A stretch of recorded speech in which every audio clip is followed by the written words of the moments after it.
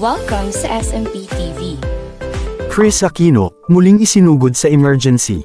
Sobra ang pag-aalala ng mga kaibigan at fans ni Kris Aquino, dahil sa balitang napasugod sila sa emergency room ng hating gabi.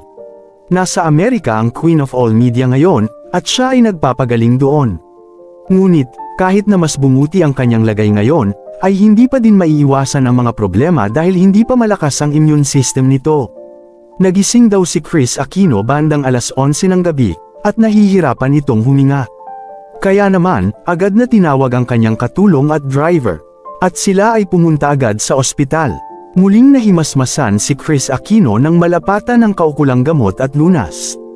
Ayon sa doktor, ang nakatrigger sa kanyang sakit ay ang stress. Masyado daw madami ang iniisip ni Kris Aquino, kaya naman naapektuhan nito ang kanyang tulog at mental health. Alam naman natin na may hindi pagkakaintindihan ngayon si Kris Aquino at ang ex-boyfriend nitong si Mark Leviste. Kamakailan lang ay nag-post si Kris ng isang conversation sa kanyang Instagram account, kung saan nakiusap siya kay Mark na lubayan na siya nito.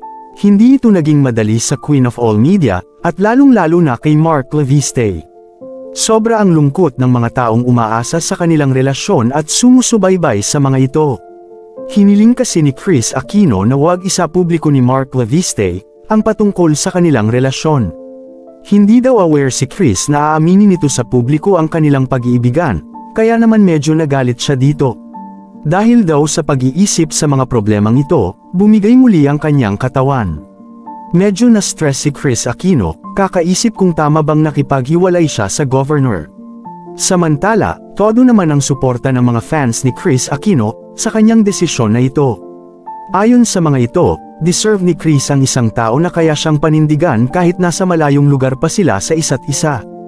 Full force naman ang pagdadasal na ginagawa ng kanyang fans, dahil umaasa ang mga itong makakabalik pa siya sa limelight.